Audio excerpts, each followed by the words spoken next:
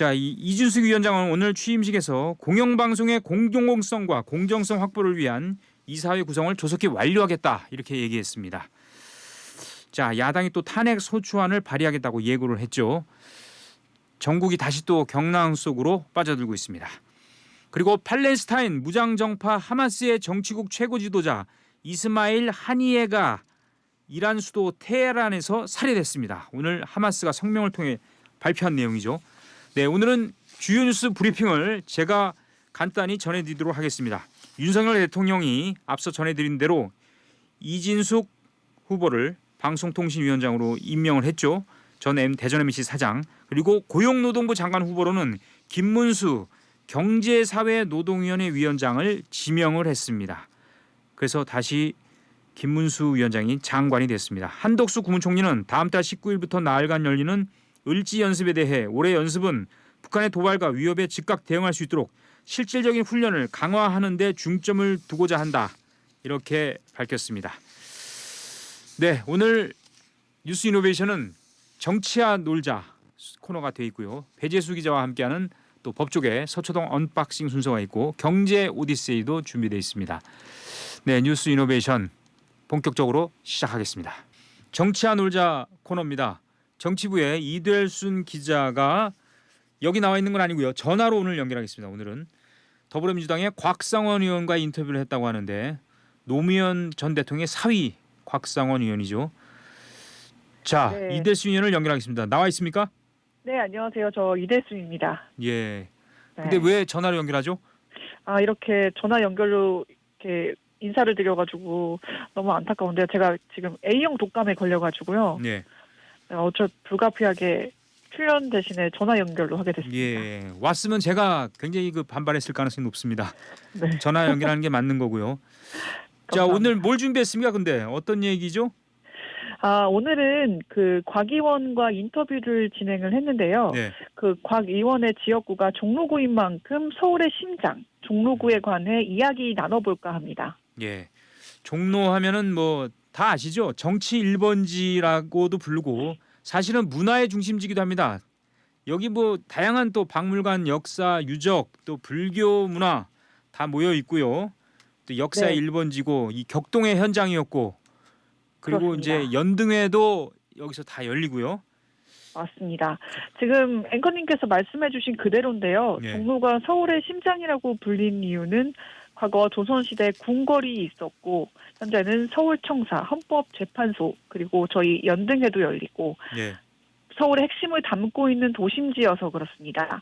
정치 1번지라는 상징성을 갖게 된 건 종로구 의원으로 당선이 되면 대개 대통령이 되는 경우가 있어서입니다. 예. 3대부터 5대 의원을 지낸 윤보선 전 대통령이 있고요. 그리고 15대 의원을 지낸 노무현 이명박 전 대통령이 종로구 의원 출신입니다. 예. 청와대가 대통령실로 이전된 후에는 종로구가 문화와 역사의 중심으로 재도약할 준비 중이라고 합니다. 예. 그러니까 종로에서 국회의원 하면은 대통령이 된다. 이런 얘기까지 한때 있었어요. 그렇죠. 종로구에는 국가유산들이 많지 않습니까? 네, 서울의 서대문 가운데 3개의 대문이 종로구에 있는데요. 예. 동쪽으로는 흥인지문, 북쪽으로는 숙정문, 서쪽으로는 돈이문이 있습니다. 궁궐을 중심으로 국립고궁박물관, 국립민속박물관, 국립현대미술관 서울관, 서울시립미술관 등 수많은 박물관과 미술관이 자리 잡고 있는 거죠. 맞습니다. 여기는 뭐 가볼 곳이 워낙 많아서요. 근데 그쵸. 서울 종로구에 있던 청와대가 이제 용산의 대통령실로 옮겨갔는데 네. 이 지역의 문화재들이 일부 좀 소실되거나 훼손되는 일이 좀 있었어요. 네, 그렇습니다. 지난해 12월이죠. 경복궁 담벼락이 스프레이로 낙서돼가지고 사회적 이슈로 떠올랐잖아요. 예. 경복궁 영추문과 국립고궁박물관 담벼락에 스프레이를 이용해 낙서한 사건인데요. 곽상원 의원은 청와대 경호 인력과 경찰 인력이 함께 빠져나가면서 문화재 소실 문제가 발생했다고 봤고요. 이 점을 가장 안타깝게 생각했습니다. 곽상원 의원의 말 들어보시죠. 실제로 이게 그 대통령실의 위치나 그 기능은 정치를 위해서만 있는 것이 아니라 국가 정치를 어떻게 운영할 것이냐, 추후의 통일을 어떻게 맞이할 것이냐에 대한 문제까지 있는 것이라서 함부로 한꺼번에 그리고 국민의 합의 없이 이전해서는 안 되는 것인데 그런 이전 때문에 지금 그 문화적 소실 효과까지 있다. 예. 자, 종로에는 많은 문화유산들이 있는데 서울시 전체 유산의 4분의 1이 여기에 있다. 이렇게 네. 들었어요. 네, 맞습니다. 종로에는 500여 개의 이른 문화유산이 있다고 합니다.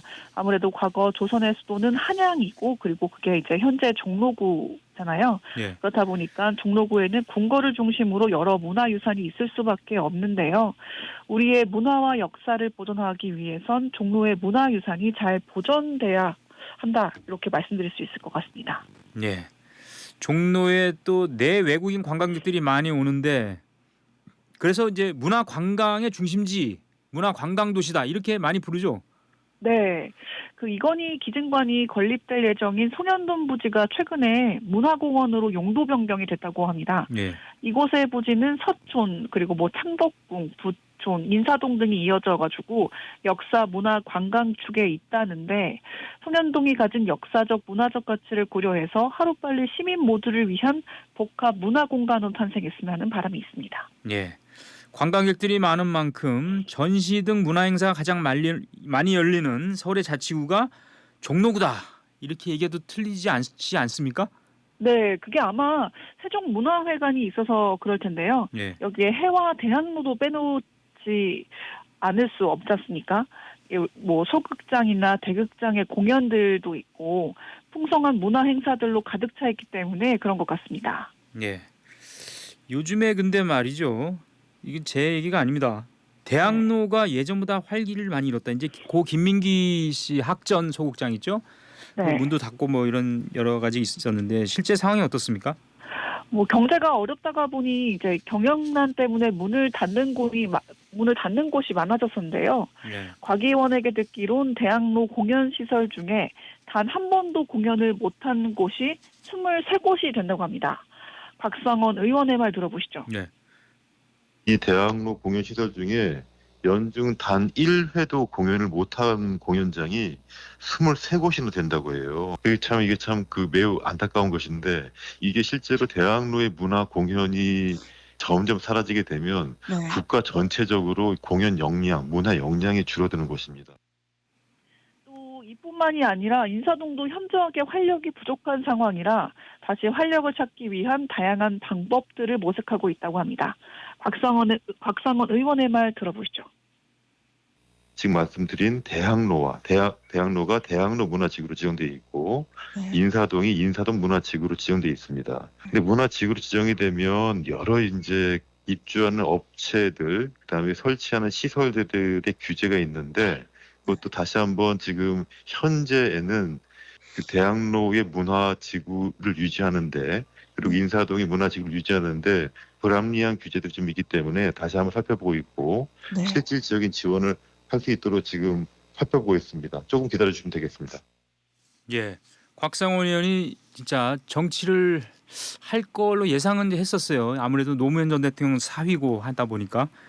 근데 막상 이제 또 원내 부대표를 하다가 최근에 그 현직 검사에 대한 탄핵 소추안을 법사위에 회부하는 과정에서 기권을 행사하면서 또 당내에서 또 약간 비판을 받고 하면서 약간 논란도 있지 않았습니까? 힘든 상황인데 지금 이대순 기자가 취재한 거는 이제 주로 문화 쪽 얘기인데 네, 문화지구에 대한 지원이 필요하다 이렇게 곽상원 의원은 생각하는 거군요. 네, 이제 뭐 종로에는 대학로 문화지구랑 인사동 문화지구가 있는데요. 문화지구로 지정이 되면 영업 설치 등의 규제를 받는다고 합니다. 그래서 합리적인 수준의 규제 완화가 필요하다는 입장이고 여기에 문화지구 내 주민들에게 실질적인 지원을 함으로써 문화지구를 지속적으로 보존하고 발전시키는 것도 중요하다고 할 수 있겠습니다. 예. 생각해보면 말이죠. 종로가 이른바 핫플레이스로 부르는 곳이 참 많지 않습니까? 맞습니다. 뭐 익선동도 그렇고 혹시 또 다른 곳도 아시는 곳이 있을까요? 익선동 말고요. 초격동이라고 있어요. 아이유가 부른 노래가 초격동이라는 노래도 있고요.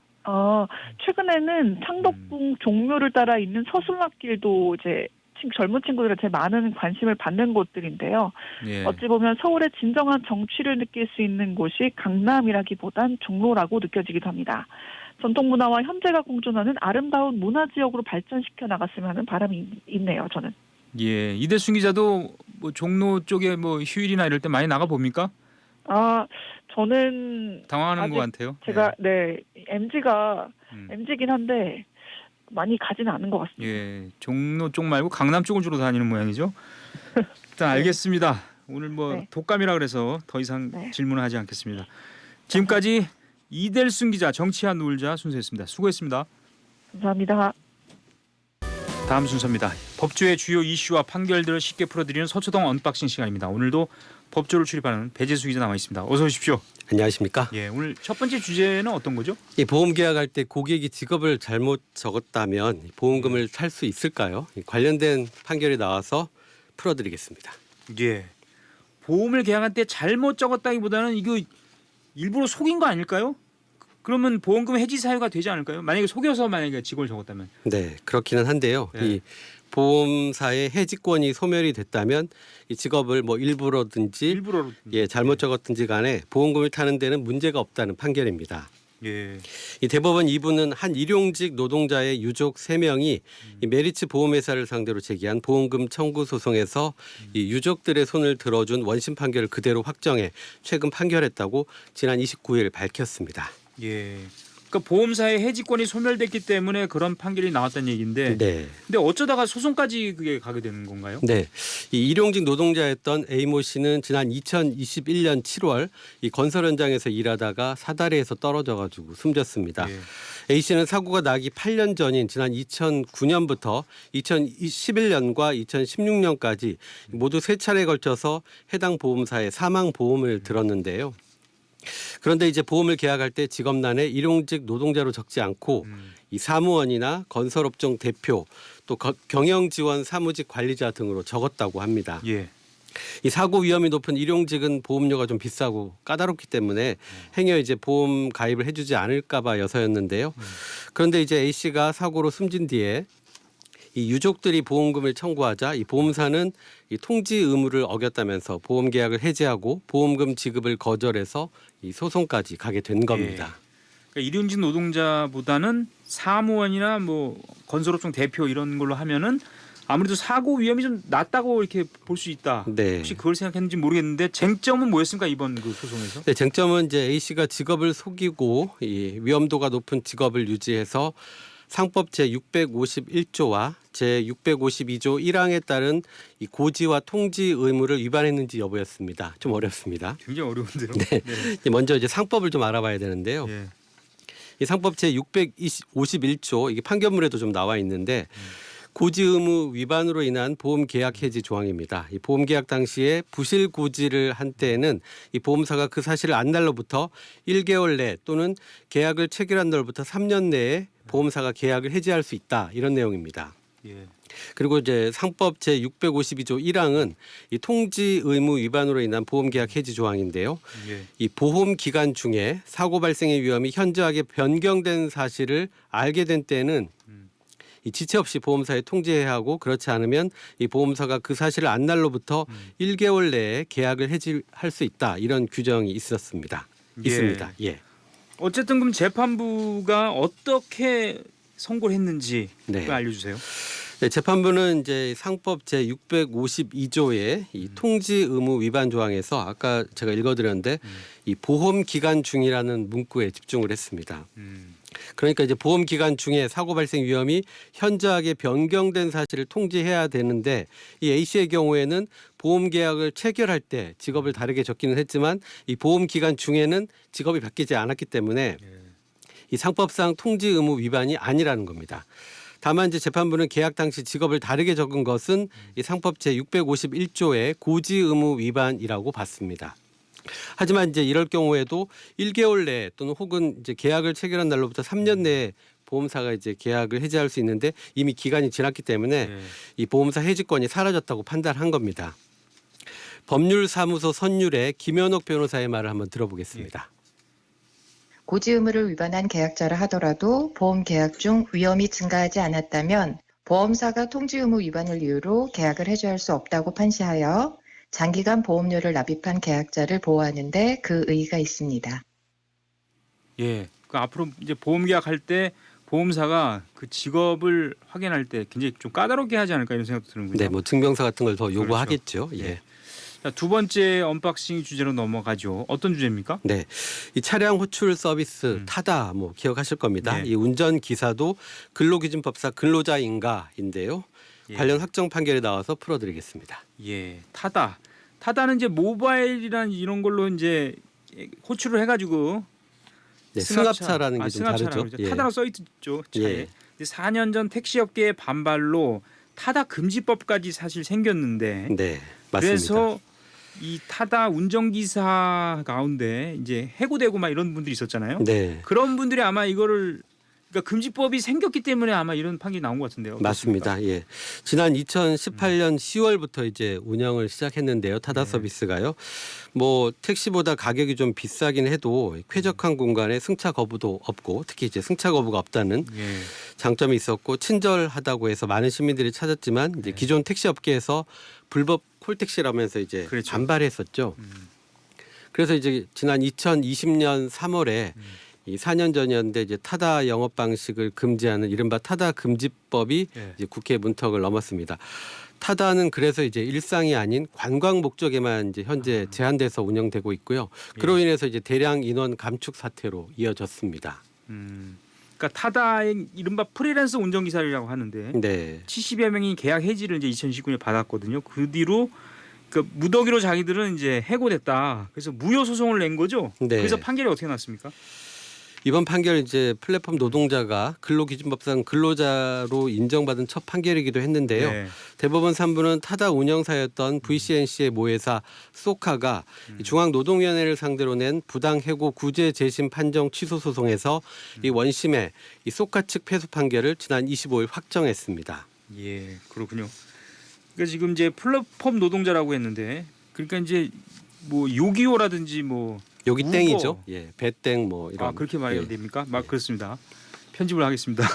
근데 이제 이렇게 이제 디지털 플랫폼을 기반으로 노동을 제공하고 대가를 받는 노동자들이죠. 쉽게 네, 말해서. 뭐 말씀하신 대로 예. 이제 요기땡, 배땡 같은 예, 앱들, 그렇죠. 음식 배달 앱들에 이제 소속된 노동자들이고요.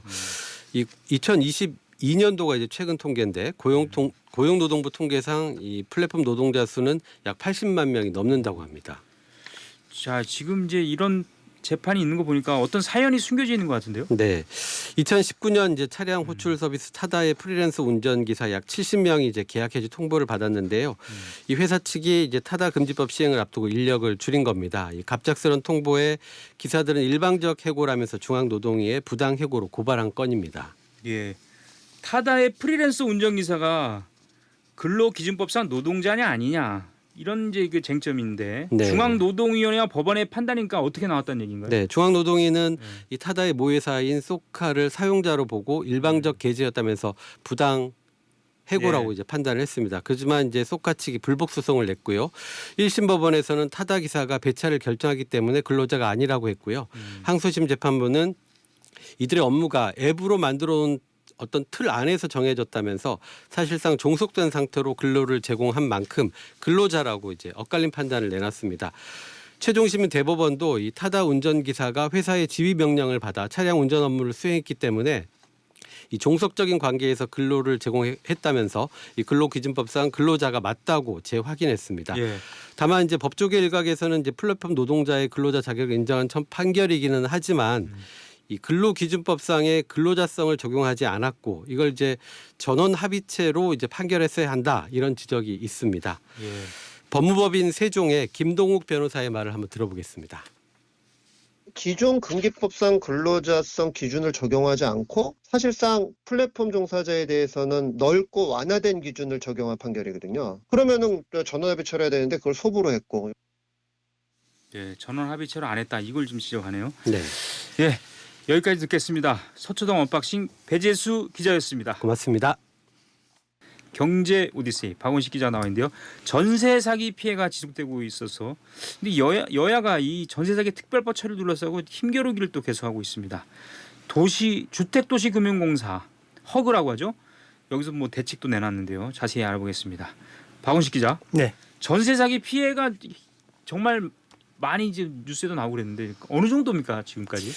먼저 전체 건수를 말씀드리면 한 2만 건 정도 됩니다. 국토교통부의 전세 사기 피해 지원 위원회가 있는데요. 예. 여기에 따르면 지자체가 그동안 접수한 게 2만 8천 건이고 이 국토부에 이관된 게 2만 6천여 건입니다. 예. 이 가운데 2만 5천 건을 심의에 처리했는데 전세 사기 피해자 등으로 결정된 경우가 19,621건입니다. 예. 즉 다시 말하면 약 3만 건에 가까운 전세 사기 피해 접수가 있었고 현재까지는 2만 건 정도가 전세 사기 피해인 것으로 집계되고 있습니다. 이게 또 뭐 전 정부 책임이냐 지금 정부 책임이냐 이런 거는 정말 피곤한 얘기고요. 뭐 공동 책임이다 이런 얘기도 있고 어쨌든 피해 금액은 2조 원을 훨씬 넘겠군요. 네, 그렇습니다. 정부에서 전세 사기로 발생한 번제 피해 금액은 말씀하신 대로 2조를 넘어서 2조 3천억 원에 달하고 있습니다. 이 자료는 경찰청이 박정현 더불어민주당 의원에게 제출한 전국 18개 시도 경찰청의 수사 결과 자료에 따른 것인데요. 예. 이 자료에 따르면 2022년 7월부터 지난 6월 1일까지 발생한 것을 집계했습니다. 전세 사기 피해금 규모는 2조 2,836억 원으로 집계됐고요. 예. 지역별 피해액을 보면 서울이 8천억 원으로 가장 많습니다. 예. 다음으로 경기, 부산, 인천, 대전의 순으로 나타났습니다.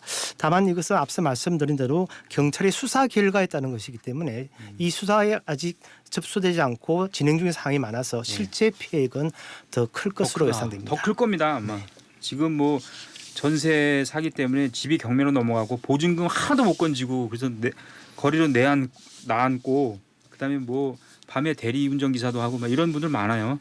근데 정부가 이제 대책을 여러 가지 내놓고 또 진행도 하고 있는데 불만의 목소리가 그래도 높습니까? 지금 현재 여야가 이 전세 사기 특별법에 대해서 두고 이제 상충 서로 대립하고 있는 모양새인데요. 가장 큰 이유가 지난 20대 국회에서 전세 사기 특별법이 야당 주도로 이렇게 그렇죠. 통과가 됐습니다. 국회를. 근데 대통령의 거부권에 의해서 네. 시행되지 못했는데 가장 큰 이유가 먼저 전세 피해자에 대해서 선구제 먼저 돈을 지급하고 나중에 해소를 하자 이런 방안이 야당이 주도한 건데 정부에서 이를 반대했습니다. 예. 지금 현재도 지금 국회에서 계속적인 어떤 논의가 진행되고 있는데요. 여기서 국토교통부 전세 사기 피해 지원 단장의 말을 한번 들어보시죠.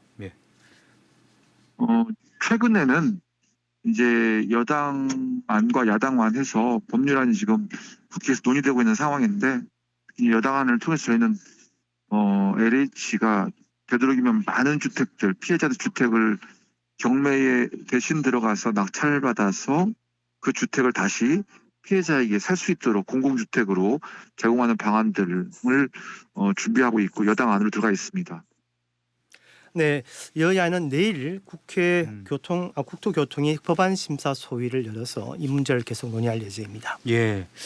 여야 대치도 계속되는 게 안 좋은 게 지금 당장 그 대책 지원이 필요한 분들이 많은데 빨리빨리 이거 대책이 시행돼야 할 것 같은데요. 무엇보다 예. 국토교통부가 그동안 해온 일이 일단 살던 집에서 쫓겨나지 않게 하자 그러니까. 이게 예. 가장 큰 이슈였는데요. 여기서 다시 박병석 단장의 말을 들어보시겠습니다. 살던 집에서 나가지 않고 우선은 경공매를 유예시키거나 만약에 새로운 집을 구할 상황이 발생하면 저금리의 기금 대출로 갈아탈 수 있도록 아니면 새로운 집을 구할 때도 저금리의 기금 대출로 갈 수 있도록 하는 방안들을 하면서 이런 것들을 지원받기 위해서 여러 가지 법률 서비스들을 같이 이제 저희가 거의 무료의 수준으로 정부가 지원을 해왔고요. 네, 국토부는 또 최근에는 전세 사기 피해자의 이자 부담을 낮추기 위해서 정책 대출 요건을 완화했는데요. 예. 예를 들어서 뭐 다른 대출이 있다 하더라도 전세 사기 피해자가 되면 이 부분에 대해서 상당 부분의 자격 요건을 완화해주겠다는 게 큰 골자입니다. 예. 자 이런 가운데 이제 주목받는 대책이 하나 있더라고요. 이게 주택도시금융공사인가요? 네, 주택도시보증공사. 보증공사. 그러니까 영어로 하면 HUG입니다. 이걸 흑으로 이렇게 일단 부르고 있고 일반 예. 사람들도 아마 이게 흑으로 많이 부르고 있을 겁니다. 예, 이게 전세 사기 위험이 없고 뭐 즉시 입주도 가능하다 이런 든든 전세 주택 공급 요게 지금 주목을 끌고 있죠. 네, 일단 이 대목은 어디서 나오냐면 지난주에 유병태 흑어 사장이 이제 예. 취임 1주년을 맞아서 기자간담회를 가졌습니다. 이 자리에서 유 사장은 그동안 허그는 전세 사기 피해 지원을 위해서 여러 가지 노력을 해왔다 이렇게 말했는데요. 유병태 사장의 말을 들어보시겠습니다. 서민들의 재산과 보험자리를 위협해온 전세사기 피해를 막기 위한 노력도 지속되었습니다. 전세사기 특별법에 따라서 작년 8월 전세사기 피해자 경공매 센터를 개소해서 피해자들을 가장 일선에서 지원하였으며 신전세 보도와 상습 채무 불이행자 명단 공개 등 전세사기 예방 역할도 충실히 수행하였습니다. 네, 유 사장은 특히 이번 기자간담회에서 조금 전에 앵커께서 말씀하신 든든 전세 주택에 대해서 강조를 했는데요. 다시 한번 들어보시죠. 특히 올해는 든든 전세주택 사업을 통해서 고정사고가 발생해서 공사가 기이 변제한 주택을 경매시장에서 공사가 직접 낙찰받아 집주인이 되어서 국민들에게 안전하고 시세보다 저렴한 임대주택을 공급하겠습니다. 이를 좀 대위 변제란 말이 나와서 조금 어려울 수 있는데요. 이건 허그가 그 집을 사서 차라리 돈을 주고 사서 자기들이 대신 집주인이 되어서 이것을 다시 피해자들한테 이게 주겠다. 전세를 놓겠다. 그러면 전세 자금이 가장 큰 이유가 전세 자금을 떼는 거지 않습니까? 그런 염려가 없다. 이런 특징이 있습니다. 그래서 유 사장은 이러한 든든 전세 주택을 내년까지 만호 이렇게 공급하겠다 이렇게 밝혔습니다. 이 든든 전세주택 아까 제가 살짝 얘기를 했는데 신혼부부들이 되게 관심 많다고 하던데 장점이 어떤 게 있습니까? 네. 든든 전세 주택이 갖고 있는 장점을 홍기웅 허그 채권 관리 실장의 설명으로 들어보시죠. 든든 전세주택의 특징은 간단하게 세 가지입니다. 일단 주변 시세의 90% 정도에서 수도권에 임대주택이 공급됩니다. 그리고 입주민은 보증금 걱정 없이 최장 8년간 거주할 수 있습니다. 그리고 무주택자라면 다른 요건을 보지 않고 누구나 신청 가능합니다. 네, 방금 들으셨겠지만 무엇보다 주변 시세의 90% 정도가 이게 유인이 될 것 같습니다. 예. 어쨌든 전세 보증금을 잃을 일은 없을 것 같다. 뭐 네, 이런 그렇습니다. 장점이 있는 것 같아요. 그래서 LH가 최근에 실시를 했는데요. 제1차 든든 전세주택의 경쟁률 이걸 보니까 20대 1을 넘었네요. 네, 그렇습니다. LH가 이제 지난달 27일 최초로 공개했던 든든 전세주택 입주자 모집 결과가 나왔는데 평균 경준이 말씀하신 대로 20대 1을 넘어서 21대 1을 기록했습니다.